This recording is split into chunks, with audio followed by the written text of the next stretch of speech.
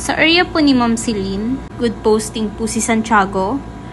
Good yung sequence ng posting niya. Merong carousel, single product, and reels. And maganda doon sa posting niya sa carousel, merong naka-attach na video. Ito po yung sample ng good posting sa carousel, yung may naka-attach na video. Masyadong mahaba lang po yung caption niya. And dagdagan pa po yung hashtags.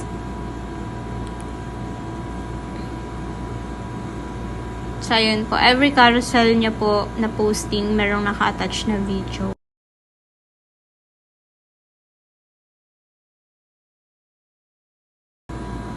Isa pa din po sa good posting, si Novaliches. So, ito po yung page niya.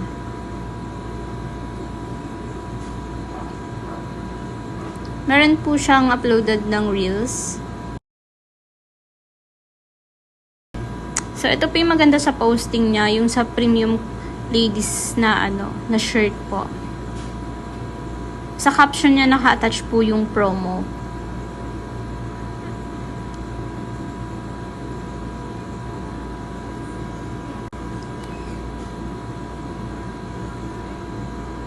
So, dito mag-add lang po siya siguro ng video.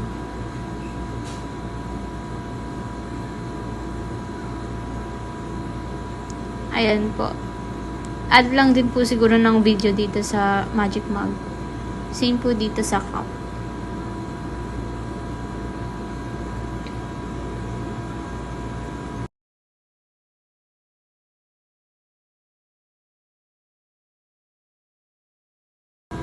Sa needs improvement po, si NE Pacific. So, ito po yung page niya. So, may kita pa lang po sa caption na hindi good po yung format niya. Wala din po siyang inattach na video, pa-attach na lang po.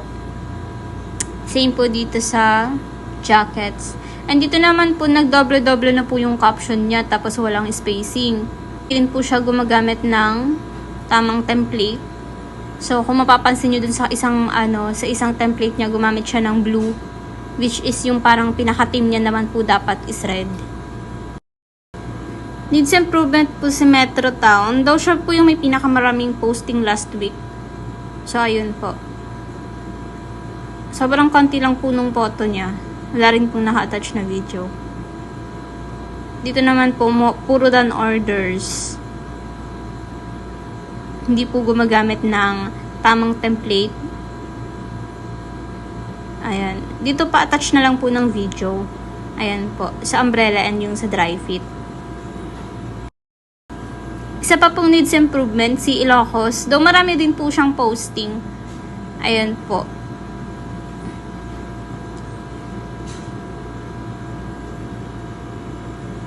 Pa-insert lang po ng video rin dito. So, dito naman sobrang konti po ng caption.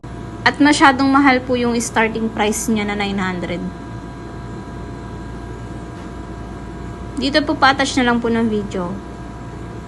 Same po dito. So, sa per posting po, 0 to 2 posting, si Tugigaraw po. As in, wala po siya na-post last week. Sa message received naman po, most received si Tugigaraw. Ito po yung page niya.